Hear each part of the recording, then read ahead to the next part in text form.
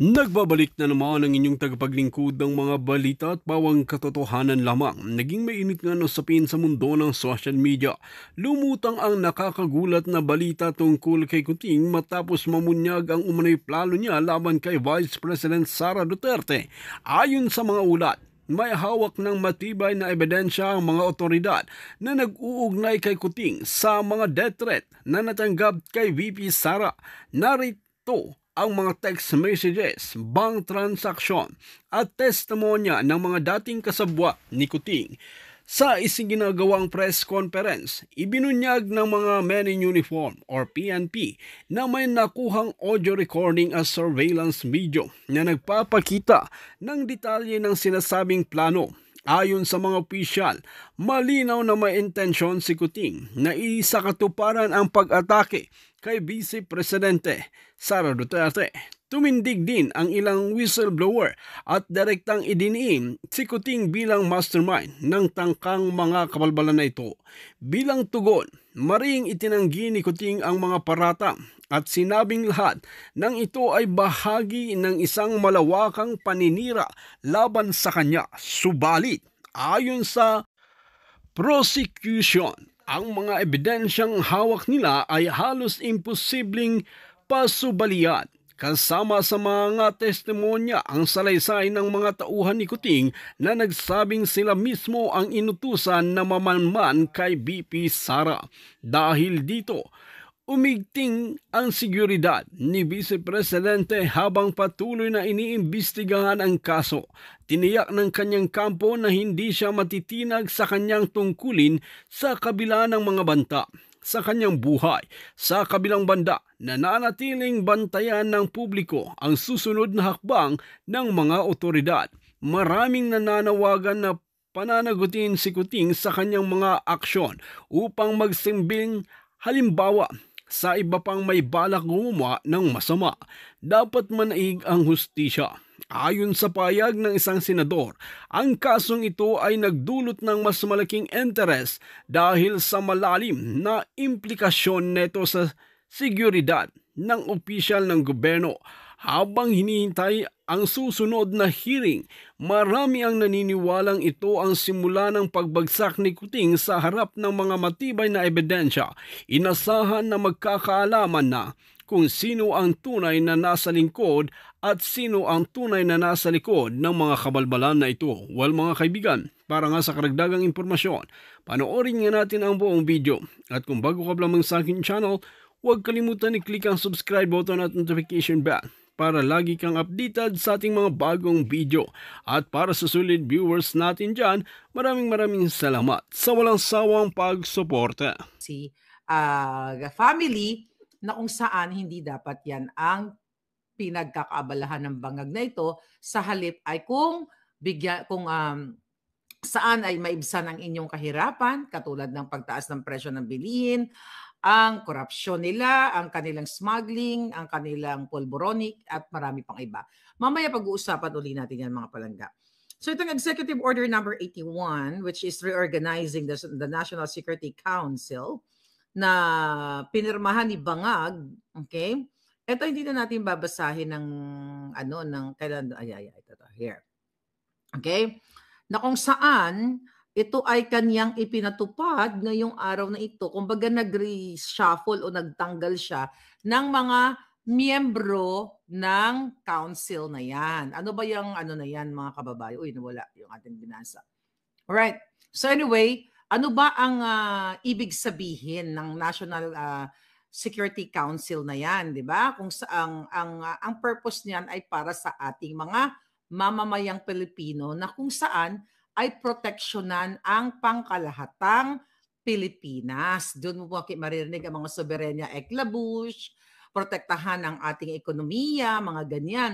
So pasok doon sa banga. So tinanggal nila yung former presidents, Jim A., Joseph Estrada, who else? Wala na si Noynoy. So, Pangulong Duterte at ang ating Vice President, President Sara Duterte. Alright? Sabi ni Gorgor TV, tuloy ang ngayon si Rally for Peace, walang makakapigil doon. Alright? Ipanaw, PPP at Duterte Youth lang ang party list na iboboto natin, sabi ni Yasu Fufu. So mga kababayan, pag-usapan natin kung bakit yaan ay pagbigla-bigla, karak-karakang nagkaroon ng ganyang reorganizing yung mga personalidad dyan sa National Security Council. Siyempre kasama yan iba't ibang mga ahensya like Department of Defense, PNP. Nakita natin, sino ito? Actually, dito sa ating cellphone, kung sino-sino yung mga natira dyan. Alright, here we go. Okay. So dito, right, tingnan natin kung sino mga sinulat niya dito. Okay. Ito pala nakasulat dito. Nakasulat dito. Ayan. So, kasama dyan ang President yung Bangag as a chairperson nga, then Senate President, Speaker of the House of Representatives, syempre kasama si Tambaluslos, Senate President pro tempore, at kung sino-sino pa. Tingnan natin to. Senate, House, Senate Committee on Foreign Relations, yun na nga, National Defense and Security for Peace, PIDEA, Foreign Affairs, sino pa to mga Department of Justice, DILG, okay, Department of Labor and Employment, kasi yun nga, kasama dyan yung ekonomiya ng ating bayan, kung paano natin maproteksyonan and everything. Secretary of Presidential Communications, ayan yung mga magkakasabot sila. At, sino-sino pang mga kakuntsaba nila. Actually, napag-alaman natin sa ating puting ahas, not only Inday Sara, pero may mga key people, okay, na tinanggal nila dyan sa National Security Council kasi nga, hindi naman yan mga kababayan ang sinasabi nila na to protect the economy, no, to protect the people, to protect the soberanya sa inyong mga kaligtasan, Kasi nga yan ay talagang target nila para hindi malaman ng Office of the Vice President ang mga galawan nila. Dahil tandaan ninyo, kung naalala ninyo, sinabi ni Inday Sara na may nag-report, di ba, sa kanya, kaya nga, may nag-report sa kanya, may mga nagre-report sa kanya na may plano siyang gurgurin. Remember, tinanggalan siya ng security detail? Tinanggalan siya ng mga nagbabantay sa kanya para what? Para pwede siyang magurgur. Kasi ang next in line, kapag si Bangag Jr. ay magurgur, for whatever means, literal na gurgur o gugurgurin niyo siya, si Sara Duterte, the Vice President, ang next in line. At yan mga kababayan, minamadali nila. Di ba? Ang dami na nating mga ikinuwento sa inyo na expose na itong January, February na ito, critical para sa mga bangag. Okay? Paanong critical? Destined na ang mga taong gustong gurgurin siya. Hindi dahil gurgurin siya ng ganun-ganun na lang, kundi gurgurin siya sa pwesto kasama yung asawa niyang kidnapper dahil sa ginagawa nila. Even mga pulis, mga military, ay sukang-suka na sa gobyerno ni Bangag. At itong National Security Council na ito, mga kababayan, okay, yung purpose niyan sana ng ating ng organisasyon na yan o yung council na yan para sa inyo, para magkasundo ang ating mga tagapamuno katulad ng Vice President at President, katulad ng ating mga nasa Senado at nasa Kongreso, nasa DFA, nasa PNP, nasa Defense. Yun yung layunin yan. Pero ang nangyayari, ginagamit nila sa illegal na gawain. Hindi para proteksyonan kayo or pabutihin ang inyong mga ang inyong mga kanya-kanyang buhay o mga yung mga future ng inyong mga anak. So, isi-secure ang ating bansang Pilipinas. Ngayon, pag-usapan natin paano dapat yung trabaho nila, yung trabaho nila o ang trabaho nila, yung mandato nitong National Security Council na yan. Yung presidente, ang vice president, kasi nasa batas naman yan na kasama sila dyan, sila ang maggagabay, sila ang mag-advise, sila ang magbibigay ng guidance kung ano yung mga strategies, kung ano yung mga dapat gawin, like even the former presidents, para sa inyo. Okay? Pero bakit tinanggal si Inday Sara Duterte? Okay? Tinanggal si Pangulong Duterte, tinanggal si ERAP. Baka kasi pinagdudahan itong si ERAP at saka wala na si ERAP, mahina na yan eh. Si GMA na baka, sila ay magkasundo ni Inday Sara sa kung ano man ang kanilang mga layunin. Di ba? Yan ang nakikita natin dyan. Ngayon, sila dapat ay magkakatuwang, sabi ko nga, lagi nilang sinasabi yan, to ensure panatilihin ang seguridad ng Pilipinas, ang ekonomiya ng Pilipinas, palakasin ang ating bayan, protektahan ang ating mga mamayan, protektahan ang ating teritoryo. So ganyan ang ibig sabihin yan. Pero bakit tinanggal si Sara? Para hindi siya magkaroon ng access. Yan exactly ang naikwento sa atin ng ating puting as even before that reorganizing na yan. Talagang nakita nyo naman, di ba? 4 na impeachment ang hinain ng mga buwakan ng Ginimes. Okay? Pero, anong ginagawa nila? Hanggang ngayon, hindi nila matinag-tinag si Sara Duterte. Yung National Security Council na yan, kasama dyan ang trabaho ng mga ahensya ng gobyerno para manmanan ang ginagawa ng mga makakaliwang grupo o yung mga nagpapalaganap ng mga terorismo sa bayan natin. Look at now the Congress. Ang mga makakaliwang grupo katulad nila Manuel, nila yung convicted na si Castro, si Brosas at iba pa, kasabwat na ng gobyernong ito. Kaya there's no point, actually wala nang kwenta itong Security Council na ito. Kasi ang namumuno ay mga talipandas. Ang namumuno ay mga taksil. Kaya tayo may ahensya ng gobyerno para lahat yan ng ahensya ng gobyerno ay protektahan kayo. So ngayon, tinanggal nila yan si Sara para hindi malaman ni Sara yung mga plano nila. Diba?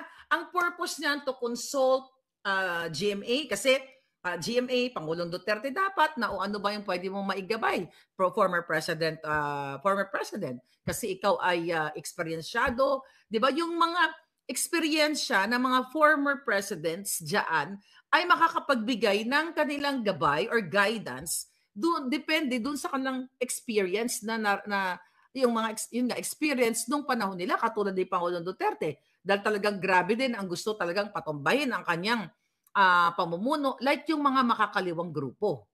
Pero sa panahon ni Bangag, may nakita ba kayong nagrarally na makakaliwang grupo na talagang hardcore katulad nung panahon ni Duterte? May nakita ba kayong mga media ngayon na sinasabing Marcos diktador, Lisa Tanas kidnapper, smuggler? May nakita ba kayong media? Wala. Kasi magkakasabwat na sila. So tatanggalin nila ngayon si Sara ang mga former presidents ni Inday Sara para hindi na malaman ni Sara at iba mga former presidents kung ano yung plano nila para patumbahin mismo ang sariling gobyernong kanilang pinamumunuan. Anong ibig sabihin ng patumbahin? The fact na si Marcos Jr. ay tinatransport via cryptocurrency. According to my source, ang pera ng bayan, national security issue yan. Hindi nila pinag-uusapan dyan na, talamak na ang krimen ngayon. May mga militar, recently may mga pulis na nagbarilan and everything. Okay? May mga tumutumba na lang, may mga nagagahasa, ganyan. Hindi naman nila pag-uusapan yan dyan na, pare, okay, sila dyan magkakakumpare yan. Nako, grabe na yung nangyayari sa atin, talamak na. Yung mga namatay noong baha, at ito ay yung 5,500 control, dapat panagutin natin yung mga taong, yung DPWH, panagutin natin ang may hawak ng budget. Hindi sila nag-uusap ng ganun. Supposedly, yan ang pinag-uusapan dyan sa National Security Council na yan, kung paano protektahan ang soberenya, ang ekonomiya. Araw-araw nyo yan naririnig, gas-gas na yan. Even you go somewhere in the world, the part of the world, lagi yan ganyan, to protect the sovereignty, to protect the economy, the people, what else? Yung pangkabuhayan and everything. Hindi ang pag-uusapan ni Marcos Jr. at ng National Security Council to ensure yung inyong kabuhayan, ang inyong seguridad, kasi nga mga kababayan, ayaw nila makipag-coordinate kay Sara sa former presidents, mga kababayan, kasi ang intensyon nila kung paano sila Nakaw ng magdakaw ng pera ng bayan. O, pasok tayo. Teka, balikan natin to. Sinuot ko para hindi ko makalimutan. Protektahan, di ba? National Security, naalala nyo si Clarita Carlos, head, former National Security Council advisor. Ano ang nangyari dyan? Tinanggal ni Lisa Tanas ni Marcos Jr. nung nalaman ni Clarita Carlos na nag-report sa kanya ang Nika na ang Araneta Marcos ay sila mismo ang pinuno ng agri-smuggling. So anong pang pag-uusapan nila dyan sa National Security Council na yan para protektahan kayo? Mismo si Clarita Carlos in December 2022 ay nag-report dyan kay Bangag Jr. Tinanggal siya. Sinabi nga ni Clarita, dito, yung mga nakafollow sa akin, na naniniwala siya na ang issue sa smuggling sa agrikultura ay parte ng national security to ensure na ang mga Pilipino, ang ating mga kababayan ay makabili ng murang pagkain at makakakain at ang ating mga farmers ay protektahan, bigyan ng mga libreng abono, kung ano mga programa, pautang. Tinanggal siya. Kasi ang promotor doon sa Nika report, based to that report ni Clarita Carlos, mismo si Marcos Jr., si Araneta, si Tambalos, sila mga putang ina mga yan, ang promotor ng smuggling, pag-uusapan pa lang natin ang agri-smuggling. Kaya yan tinanggal yung si Sara na yan para walang access, walang malaman si Sara sa plano nila. Kasi anong ginawa kay Clarita Carlos? Alam nyo yan, di ba? Niligwak siya. Tinanggal si Clarita nung nalaman niya yung report na yun. 'Di ba? At sinabi niya mismo, sabi nga ni Clarita doon, it's up to you kung gagawin niyo yung tama o mali. Tinanggal siya, pero yung matanda, wala rin paninindigan, binigyan ng generous allowance as a former National Security Advisor during that time. Ayun. Nilamon ang kanyang, the fact na pumayag siya, nabigyan siya ng generous allowance at inilipat siya kay Tambaluslos na ngayon ay nasa likod siya, nandiyan siya, nagtatrabaho kay Martin Romualdez, even though nakalagay doon sa Nika na ang sangkot sa agri-smuggling ay ang Marcos Araneta Romualdez at iba pa nilang kasabwat. So yan yung purpose na yan, mga kababayan. Yung National Security Council reorganizing na yan, ang purpose niyan para hindi malaman ng mga former presidents o nila Inday Sara ang mga plano ng mga bangag na ito. Well, kahit hindi nila isama yan, alam nyo na kung ano ang kanilang plano niyan, mga palangga. Kasi ang pinakalayunin niyan, mga kababayan. Okay, dapat talaga sumabay tayo, sabi ni Eduardo Gomez. Ang pinakalayunin, ang mithiin, purpose, ano pa ba, ang dapat ginagawa ng National Security Council for protektahan ang bayan para sa illegal smuggling and hoarding. Hindi makapasok in and out ang pulburon, ang droga at kung ano-ano pa. Negosyo nga nila yan mafia nga. So wala nang ang kwenta yung NSC na yan. Dahil mismo si Marcos Jr. ay ang protector ng pulburon dahil siya mismo addict.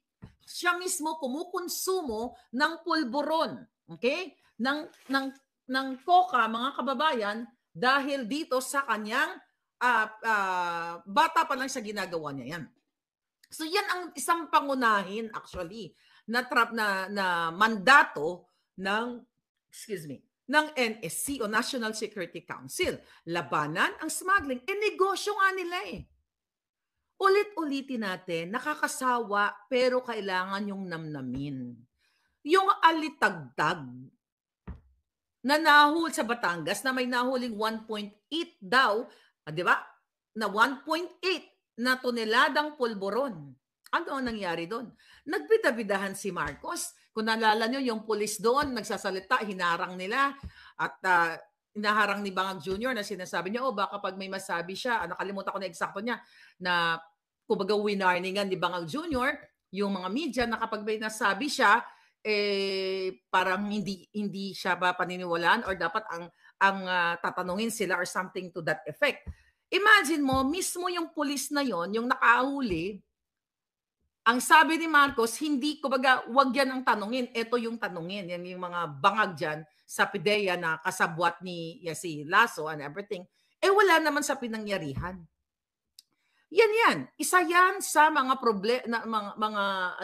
nasusugpuin dapat nitong National Security Council na napag-uusapan ng mga leaders ng bansa. Pero anong ginagawa nila? Sila mismo ay threat. Ang national threat ay mismo si Bangag, ang kanyang asawang si Lisa Tanas, mga kababayan. Yung kidnapping uli, na paulit-ulit ko na si Lisa Marcos, si Marcos Jr., si Teddy Boy Locsin at kanyang asawa, ang DFA, ang embahada sa Turkey ay nagsabuatan sila, ang ISAF ay nagsabuatan sila para dukutin ang 2 menor de edad sa Turkey. Then you talk about National Security Council to ensure the safety, security of the Filipino people. Mismo si Marcos Jr., ang asawa niyang putang ina mga yan, mismo ang nag-facilitate ng mga dokumento para dukutin ang 2 Pilipinong bata. At nandyan ngayon, iniwalay sa kanyang ina, mga minor de edad. At si Lisa Marcos, si Bangag Jr., ang nag-facilitate kasama si Teddy Boy Locsin Jr., ang kanyang asawa. Paulit-ulit ko yung biniplay ang video, nasa TikTok yan, nandiyan sa Facebook natin at kung saan pa man.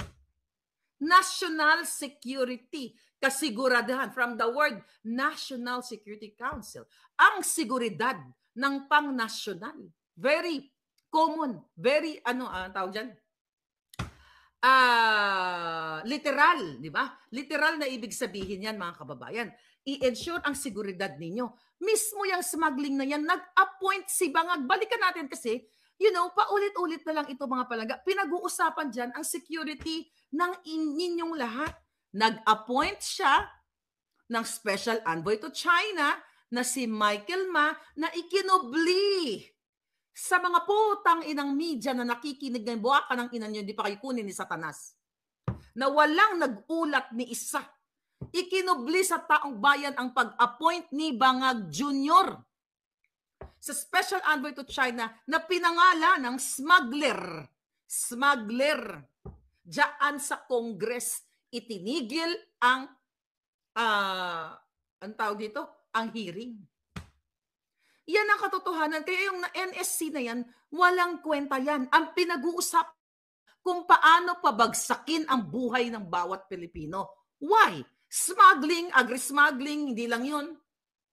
Kahapon pinag-usapan natin yung sa Philippine Post na doon pinapasok ng bangag na gobyernong ito, doon din dumadaan sa Philippine Post Office ang mga polboron, ang mga kontrabando, mga parts ng mga baril, buong baril, parts ng baril, doon pumapasok at nagsasabuatan ang Bureau of Customs. How can you ensure the, the life, the hanap buhay, ano pa ba, ang kapakanan ng taong bayan, kung mismo si Mafia Marcos at si Lisa Marcos at si Tambaloslos ay sangkot sa bribery,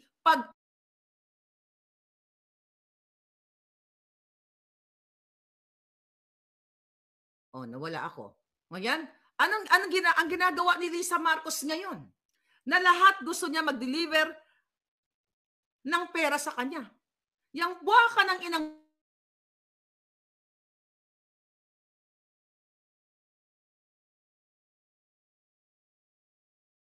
wala.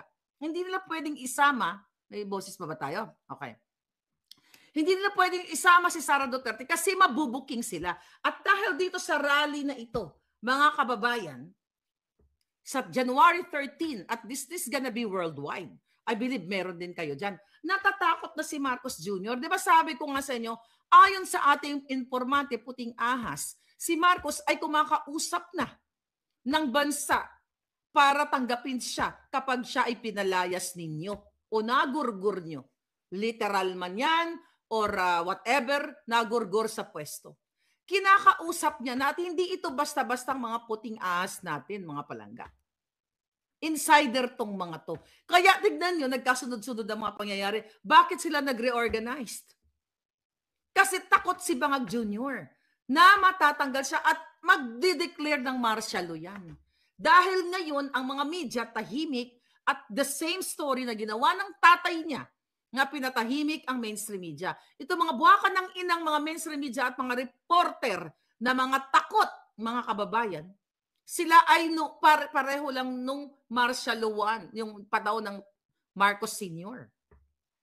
Tahimik, takot, at kapag nagkaroon na ng martial law, siguro after 30 years na naman sila, after that martial law later on, I hope hindi, for sure di yan matutuloy dahil mas mananaig ang taong bayan. Magnangakak naman sila, Marcos diktador, ganyan-ganyan. So, mauulit na naman yung kasaysayan. Ayaw nilang magsalita ngayon kasi ang karamihan sa mga media na yan ay napagbibigyan ang kanilang mga negosyo ng bangag na administrasyon na to ni Lisa Tanas. Kaya no wonder, kung mapapansin ninyo, yung mga nakatabi kay Lisa na mga negosyante at iba pa, yung mga putang inang yan, mga tax evader yan. Kaya sila nag-elbow-elbow kay Lisa Tanas. Yung mga malalaking mga oligarch, lahat yung mga yan, kahit na si Lisa ang itsura ay corduroy, Marguso, okay? Yun ang Marguso, ang palaya, ang itsura, lahat mula po paa hanggang ulo, pati ang giti niya, ang bilat niya. 'Di ba? Maganda pa ang bilat ng ng taong grasa sa kanya. Kasi nakikipagsabuatan sila kay Satanas para mabawasan ang kanilang mga taxes. Papasok na naman dyan ang NSC, National Security Council. Bakit inaalaw ng putang inang gobyerno ni Bangag na i-cut itong kanilang mga taxes para hindi sila makapagbayad kasi nag-elbow-elbow, nag-party kay Lisa Tanas. Whereas nung panahon ni Pangulong Duterte, ano sabi? Tutuliin kita, lusyutan pag hindi ka nagbayad. Milo, Dunkin Donuts, di ba? Magbayad kayo. Nagbayad. Multi-billion ang na-recover nating taxes doon sa mga oligarchs na yon. Kaya tatanggalin na si Sara kasi threat talaga si Sara, mga kababayan. Threat talaga si Inday Sara sa kanila kasi nga, ano tawag dito? Nakikita nila na napaka-strong nitong batang ito ng vice president na ito. Ngayon, anong ginagawa nila sa National Security Council na yan? Ha? Buti sana, sige, balikan natin si Leni Robredo. Remember Leni Robredo? Nung panahon ni Pangulong Duterte, hindi naman siya tinanggal totally at teka muna, nilagay siya sa ICAD. Ang pagkakaiba kasi ni Leni Robredo, nung panahon, ICAD, di ba una nilagay siya sa HUD-C, di ba, sa Housing and Urban Development Coordinating Council, si Leni Robredo, inappoint siya ni Pangulong Duterte. Kaso nung ang pagkakaiba kasi ni Leni at saka ni Inday, si Leni nakikipag-traitor sa international community. Nag-send pa ng mga video-video, di ba? Kaya siya tinanggal sa ICAD kasi threat siya